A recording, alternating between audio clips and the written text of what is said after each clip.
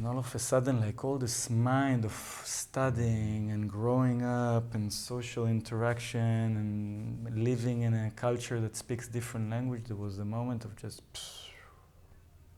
vastness, silence. The Fly Deeper School is the only school that actually offers now 320 hours, like a big, more than a year program. The first one in Thailand. We also created the first association. We're having already 4 different pools that was created by the students in different places in the country.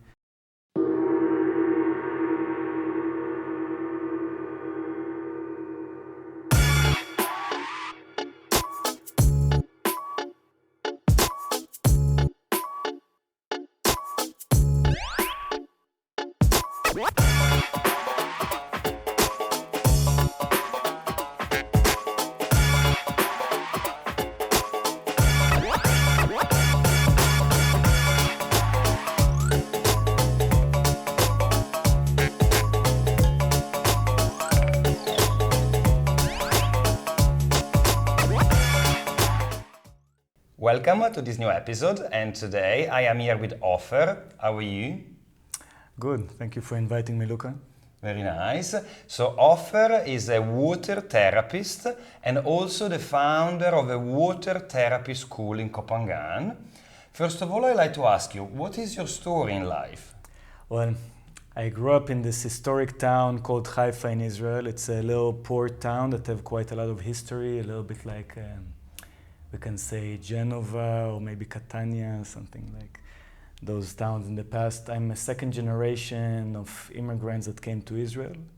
I grew up in the 80s, in these times that Israel was quite in the Renaissance time. My father was a businessman, the son of immigrants from Germany, and my mother an artist, daughter of immigrants from Poland. And it was very interesting to grow up in Haifa in that time because it's a very multicultural city.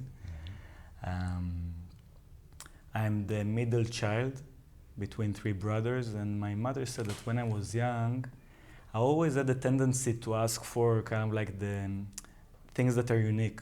If they will buy clothes for all the brothers, I want the special clothes. If they make like some food, I want the special food. And later I also noticed now when I reflected on that, how it's kind of like resembling also in today's life. They took me when I was 5. Today it's already illegal, but back in that time I did my first dive experience, and probably since then already connected with the water and the underwater world, and it's very, very meaningful impact. I grew up later on. I went to art school. I study acting and theater. And I think that was really important part for my growth, to kind of like have this invitation for authentic expression and exposing oneself, not only just saying yes and repeating what the teacher says. That was very difficult for me when I grew up. Today I don't go so much to the theater world. I like to watch it, but I guess that what still stays together with me is that feeling of comfortness to be on the stage or in front of people and sharing and speaking. This is still kind of like from the older days. In high school I chose the major of psychology and geography, which in a way also is very present today in my kind of like the main pillars of what I really find a big interest in my life.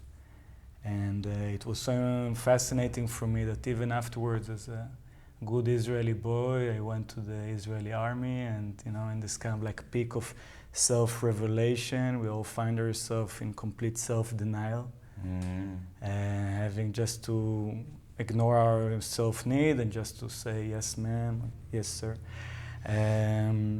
But even then, in those 3 years, I kept on studying psychology in the Open University because I felt something kind of like percolating in my inner self about my research of emotions and connections, and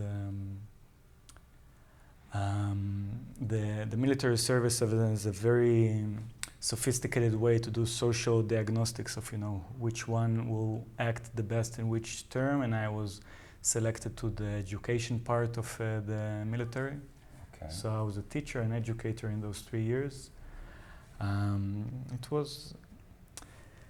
It was difficult for me those times. It wasn't a difficult thing to do, but the fact that I'm so obligated to do just what I'm being told and not having the opportunity to really allow myself to flourish and to find what I'm really connected to in life was very determined for my soul. I really felt myself like closing down. And I can imagine. Yeah, you know, in Italy at the time, I was actually compulsory the military service as well. oh, really? The only way to skip it was either do a civil service or go abroad, and I Yeah. went abroad for 3 years. Wow. So I resonate with. I mean, there are every life experience brings something, you know. Yes. So I'm sure that you learned something there, but for the soul, the military is really a little bit, yeah, like putting it down, I suppose. Yeah, I feel, you know, like if there is something, many people ask me afterwards, like, what is the good thing? Because, of course, you can see mostly the bad thing, and I saw a lot of bad thing in that time. I even lost a lot of weight, even more than what I have. They even thought in some point to take me out of the military service because I was underweight and just quite depressed from this whole situation. But looking back, I really feel that if there is like a big message that walked with me until today is to really appreciate when I'm choosing, you know, when there is a path that I've chosen, there is challenges and everything, there is benefits and everything, but at least to be really honoring the fact that nobody obligated me to walk this path. It's something that I've chosen, and I'm going to do it. And this is, if there is a gift for all of that period, this is really the gift that I'm bringing out. So it's also important to acknowledge that. Right after the military service, from this place of, you know, like most of the culture where I'm coming from, we all went afterwards for kind of like this trip after the military, mostly not so much to learn new things. I feel mostly to forget and to reset. And that was also kind of like a time of, you know, just refinding, okay, so this is not what I am, what actually is the thing that I'm looking for. And it's funny because it wasn't so much of a, you know, sole purpose in the sense of what I feel that we're doing today here, but it was more of the fact of just knowing there is something beyond.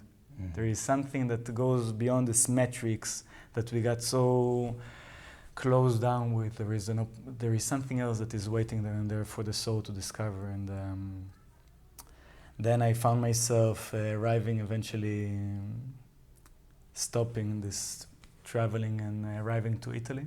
Yes, because I know you speak Italian very well. We had a chat in Italian just before, and it's great. Italy, you know, like while I was traveling, I felt that the people that I resonate mostly with was the Italian people. I felt that I was so attracted for the Italian food, for the culture, for the architecture, for the art. In that time, I was also very, very attracted to soccer, and so Italian soccer, of course, very famous. The places, the nature, La Figa. Yeah, it was all the good reasons really to go there. And I decided that even though I don't speak Italian in that time at all, I'm going to go for it, and I'm going to take this challenge of actually studying in the university in Italian. Wow. I spent some time in Roma, the capital, but then I went to this little town called Bologna and find this connection of, you know, like many young people, good sense of community, things that I really feel also that eventually is maybe what brought me here, this sense of some place that is small, have many like-minded people, and give you the sense of, well, I'm kind of like expanding through the people that are around me. And I inscribed to the Alma Mater studio, this one of the first universities of the world, a very special place. To the major of psychology. In the beginning, I did only the classic psychology. During the work of psychology, I felt that it's very fascinating, but there is also something a little bit more to be around there. And then I did like a double major of psychology and special education, because what I felt that was mostly interesting for me, and I guess, you know, like one of what I can say about myself, the missing experience is this genuine connection that is not just hi, how are we doing, but something that is really beyond the masks and everything that we carry with. And I started to focus mostly on nonverbal communication. working a lot with children and children development, because children are very pure and they really bring the sense of innocence and also this reflection of things that we have underneath all these layers of onion that we carry with ourselves. There, honestly, also studying in a language that I don't know, so such a fascinating but complex language like Italian was really, well, still until today I don't really know how I did it. Honestly, it's so funny. Amazing, right? And there was one professor, Chilean, and I guess he had some kind of empathy for me that I don't speak so fluent and I'm trying to read all the books, and he told me, Ofer, you know, there is a fascinating seminar that you can go and do in Israel. They're doing it about animal-assisted therapies, especially about dolphin-assisted therapies for children. Okay. And if you will go and you will do the seminar there and you will come back with a report, I will just give you the whole this whole semester and you will not have to read the books. And I was, wow, amazing. And from there started, I can say, like a set of coincidences that really paved a major part of my path. I applied for the seminar. There was only one more spot that was kind of like was waiting for me to arrive. I enrolled to that.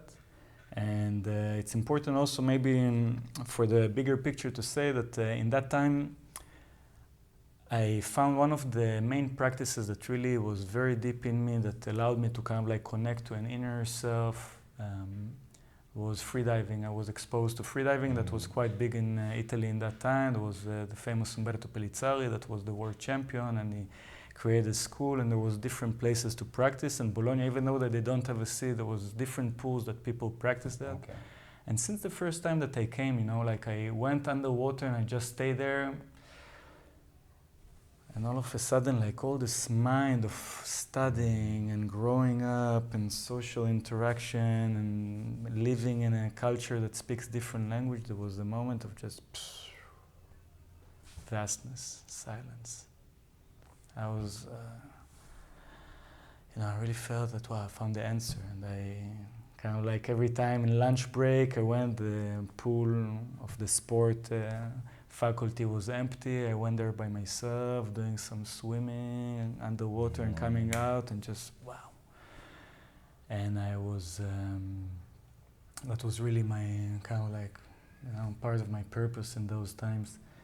And then I was sent to Israel. I was sent to this very special place, the Red Sea, which is also one of the most famous places for diving, and especially for free diving because of the condensation of salt. To a very unique place called the Dolphin Reef. Okay. It's a place that is, as far as I know, is the only place in the world that have this what they call the open system. Open system means that the dolphins live in the sea. They don't live in a pool. Okay. If they want, they can choose to go out and in. Oh, okay. But wild animals, we look at wild animals, especially as travelers. We think that wild animals are like us. They go 1 year to Costa Rica and 1 year to Thailand. And wild animals, they want to have safety. Well, they go a territory of sorts, right? Exactly. They like to go. They live in the wild, but to feel safe, they want to have one space where they can breed, where they can bring the young ones, where they have enough food, and this is what they're looking for. So also those dolphins, even though that they don't get like proper, they don't get trained with food, they still know this is my safe space. So they can go out, but they still choose to come back to this place. And in those times, it was one of the only places in the world that did two things there in the same time. There was a proper protocol of dolphin-assisted therapies for children, mostly autistic.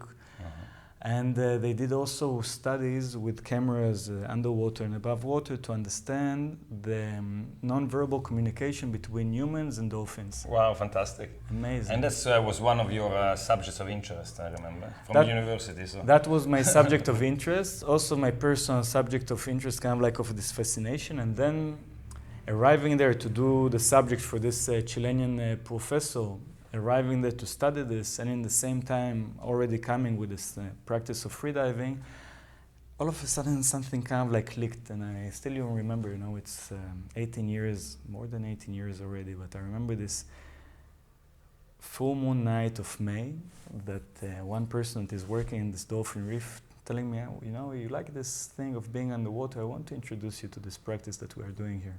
and she's inviting me to this hot pools. I'm coming inside and putting kind of like floaters or something on my nose, and she's starting to take me underwater. And you know, there was one moment that my consciousness went so far away from my mind that when I dropped again into my body, I remember it, and still until today, you know, I couldn't remember who is holding me exactly. What are we doing here? I couldn't even remember which country am I at, you know. I was like so out. Beautiful, huh? And I remember myself kind of like coming out of the pool with a lot of gratitude, sitting on the beach with the full moonlight on my head and the dolphins like in the sea, and I felt that, you know, life makes more sense for me. Yeah, almost a mystical experience, right? It was. Yeah. Pure mystical experience. And that's the story of today. Basically, starts from there. From that moment. From that moment, the story starts. I come back to Italy to discover that actually the biggest Watsu association of the world is in Italy, close to where I live and study. I enroll for a course, really finding kind of like, as if they open like the big gates, you know, or the curtains, and kind of like my soul is just like there on the spotlight, and everything is happening on like highest velocities of interaction and self-discoveries. With great gratitude, I'm enrolling. It was like Watsu path is 600 hours. It's quite a long 3 years commitment, which is not very known today in the, let's say, the new age of studying different kind of practices.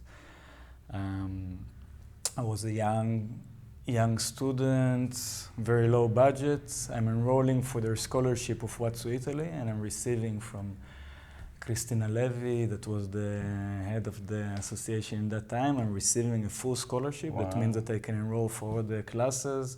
Even Harold Dahl, the creator of Watsu, was like his main spot was in Italy. He was coming every year, so exposed to the creator of Watsu, to all of the association, more than 20 teachers that really kind of like brought the whole spectrum of self-inquiry, of psychology in Watsu, of movement in Watsu, meditation in Watsu. Like really, they, because of their association, they united.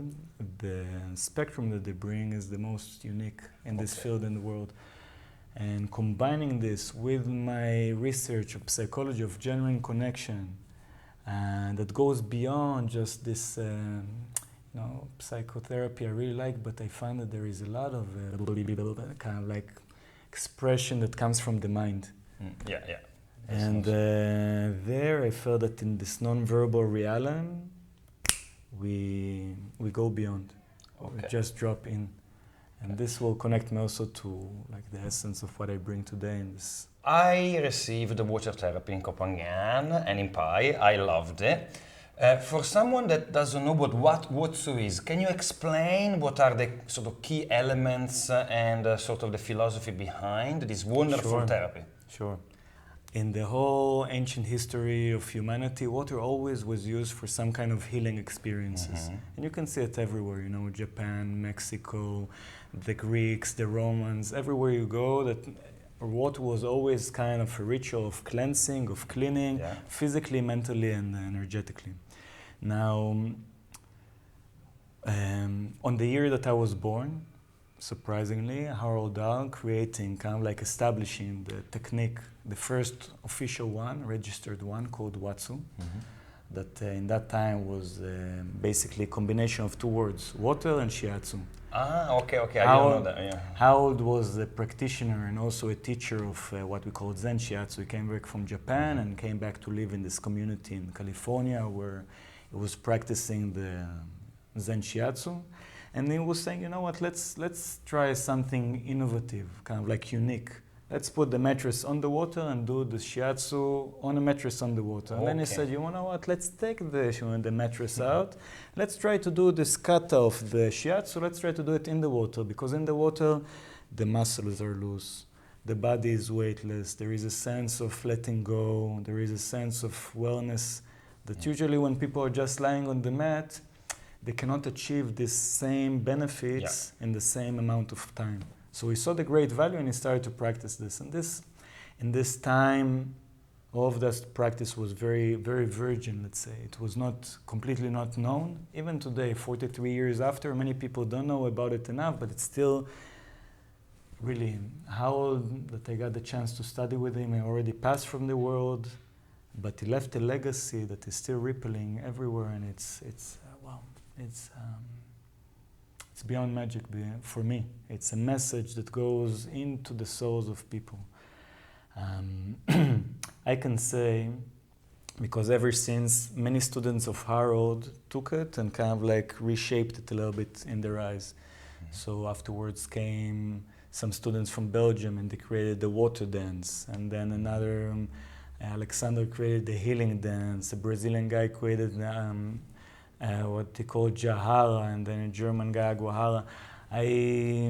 After a few years of practicing the practice of Harold, and it was really my focus for a few years, I came back to Israel after almost 8 years of being abroad, and as we've spoken from my childhood, I was looking for something that is quite unique and innovative, and I arrived to the Dead Sea. The Dead Sea in Israel is, from the history of mankind, it brings people with the research to connect to the water and to connect to different spiritual activities. Sure. This is the place where we find the first scriptures, different people that came there just to do some kind of inner work. Today there is many spas there, a lot of body work offers, but nobody was doing their own water therapy before, and I was saying, wow, look, it's just was Perfect. waiting to happen. I was so eager in that time, and I came to one of the biggest spas of Engedi, and I told them, guys, like, how long are you waiting for me to come? Like, and it started very good because it was very unique, floating in the Dead Sea, in the sea. There is also hot springs there. For me, water therapy is a beautiful fusion between bodywork, bases of psychotherapy, together with massage, dance, and meditation. As if you're taking all of those elements and you're really infusing them into something unique. Wow, it's very beautiful. And of course, the water element is one of the main elements, and it's very much associated with emotions and creativity to a certain extent. And many people, particularly in a very sort of rigid lifestyle and structured environments, repress emotions. They cannot relax and let go of their water essence and water element that everybody's born with as well. Yes, so there's some beauty beyond, and you said there's psychotherapy, of course, because you're a psychologist, right? Yes. And so you can, in the moment, maybe feel how the individual is moving, reacting to it. I suppose you are very present and attentive. And it's a dance with the practitioner as well as with the client, is that right? Correct. It's you're touching a very fundamental point. All of us as humans, if you're born in Italy or in Israel or any place in the world, babies are born with an amazing default. It's not something that they need to learn. We are born with the essence of pure quality of trust. You're looking at the baby until the age of 6 months. All of us still cognitively we are still not even defining the fact that there is a mother and a father in ourselves. Yeah, we're still in what they call was defined the narcissist phase. We think that all of the world is us. And it's good because, there is a sense of unity, there is a sense of feeling home, of connection with everything. And as we grow, unfortunately or not unfortunately, each and every one of us go for different experiences that generate the sense of pure trust that we have. Because, in that time, we don't even know how to speak, we don't know how to eat, we don't know nothing. And it takes us so much time as humans just to be able to dress ourselves, to take ourselves to the toilet, to make ourselves food, and even just to speak, like years. Look at the camel or a horse, it's like after 2 days they're already running in independent from the beginning, because we are very, very much very slow, dependent very on slow. Our caretaker just to survive, right? Exactly. For many, many months and even years. And then from that moment, from the age of 6 months, that we actually understanding that it's us and them, something in this utopic perception of reality breaks. And that breaking goes with us all of life, because we are keep on looking for that purity of connection, of remembering the sense of home. Wow. That we don't need to defend ourselves, you know. As we grow for the different experience that we're having, the sense of trust is breaking, and each and every one of us start to grow into different mechanism of defensiveness. It's unfortunately it's normal. It's good because it defends us. It's problematic because, you know, we take 2 years just to speak. We take a whole lifetime to relearn the sense of trust that we lost for slight moments in our life. And what I really love, you know, what I find majestic in this world of the water therapy, and even after all these years, because many people tell me, but you don't get a little bit tired from this work? And I'm saying, you know, like when I'm seeing the gaze, this kind of like shining in the eyes of the people when they're opening their eyes after being floated and having the sense of weightlessness, sensing that they don't need to be responsible and to control everything, that they can pass the sense of control even just for a few moments for another caretaker, that they don't need to perform in front of them, they don't need nothing in return. There is some kind of a reminder of this non-conditional relating, and people coming back to the ground, they're opening their eyes, and I can see this shining of like, wow, I'm home. You know, I'm truly, finally again home. I mean, as I mentioned, I loved receiving it, and it was a great experience for me. What was special for you when you received it? Kind of like First of all, the sense of time was gone. I think I received it for like 40 minutes. I didn't know if it was 10 minutes or 2 hours. And I was completely relaxed and enjoying myself. And from a somatic perspective, my body felt, very weightless. And you know, the lady that was performing this sort of water therapy on me was not, was able to just move me so effortlessly. I had some floaters, and then at some point, she started like rolling me into the water, in and out, in and out, in and out. And I was completely confident in the water element, which is not my primary element, not the one that you said, you were a free diver, etc. You've always been drawn towards the water element. Correct. I am more of a hiker, I like up the mountain. I like the sea and the beach, but after half an hour I want to come out usually. So for me it was very important because it's part of integration, somebody's integration. You want to look at sort of the elements that you're not comfortable with. You want to push yourself out of your comfort zone in order to understand aspects of your personality and yourself that maybe are hidden or not favored or not predisposed, right? It's very important for me to be more familiar in the water. And because I'm a thinker, emotions are important and I want to connect with emotions more, right? Correct. So wonderful experience. Correct. We are all in a way we're socially conditioned, The parents want the best for ourselves. Also the parents are sons and daughters of other parents that also had their experience, I was counting before that my parents are second generation for a Holocaust. People go through a lot of stuff, and we are here to really, hopefully, make some kind of collective healing for these issues. The social conditioning that we are going through, not crying, not exposing our emotions, not feeling safe to be authentically who we are, because even if the parents are allowing us to be who we are, then we are arriving to the kindergarten. Yeah. The other children don't want to see the difference. The teachers definitely don't want to have things that are out of the structure. So we're ending up all the time trying to fit ourselves into some cube that is not really part of ourselves. Then, of course, afterwards, television, social media, what looks good, what doesn't look good.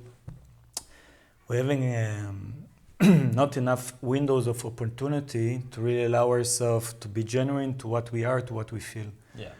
And for that, arriving to a point, like the water therapy, as you describe, it feels so comfortable, the body feels so good, but in the same time, and I'm also describing it as from the honest point of view, we are floating while being exposed, while being vulnerable. We're not so much in our comfort zone and definitely not in our control because we don't touch the ground.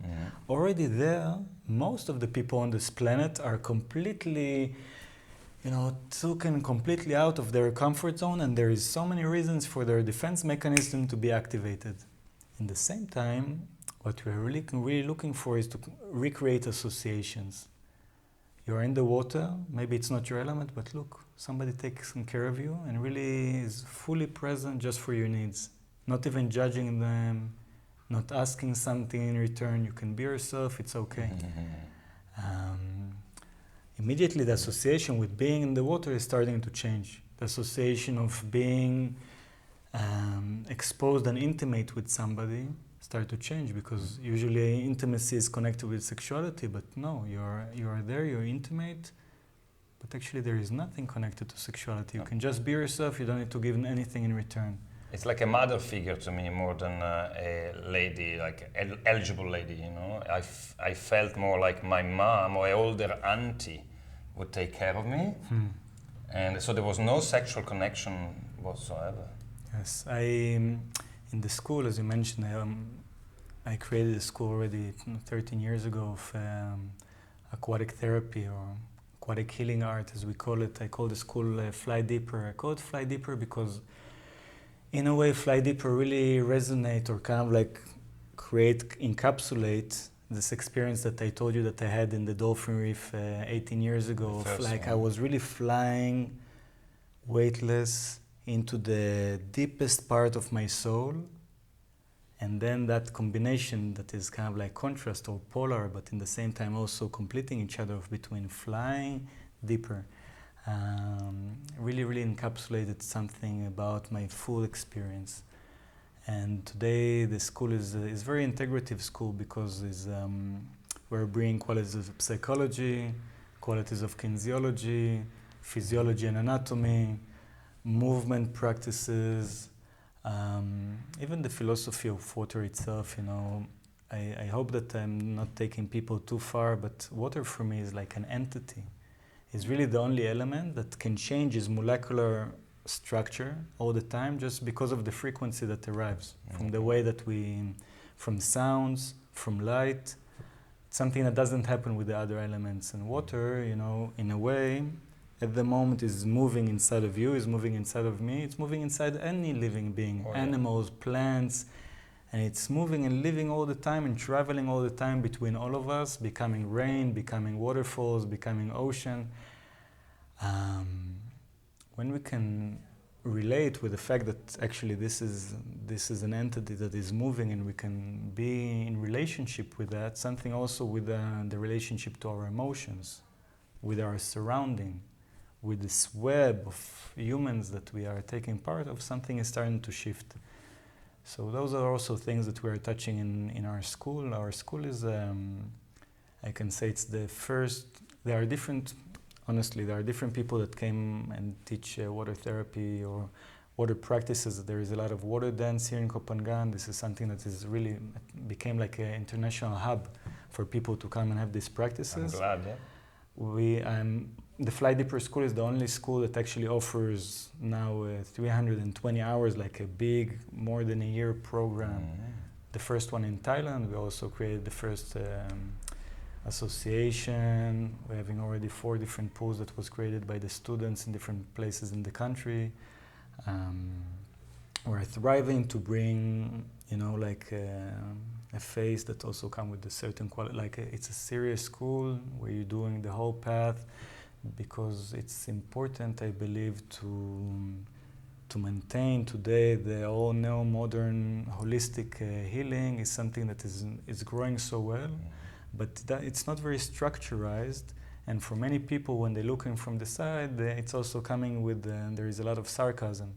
Is it real? Oh. Is it true? Tell me about it. Are they serious? This is a sort of general social media rap that for me is kind of manufactured to a certain extent. I think that there is lots of beauty in alternative therapies, and I think that if the right message is put across to intelligent people, they would be open to try water therapy, they would be open to try body work, they would be open to try healthy nutrition, fasting, yoga, any kind of holistic therapy that, people are kind of hearing of a little bit, they're not so sure about it, and in a culture where everything has to be hyper structured and hyper certified and hyper regulated, they don't trust it maybe.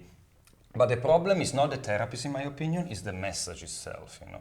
That's why, you know, part of my karma and love for the island is to try to, you know, provide an alternative message, which is a positive message, and interviewing somebody that has so much experience like yourself and is very seriously looking at creating a healthy and you know, life-improving structure around the therapy that you teach. Yes. This is wonderful, I think, you know. Thank you.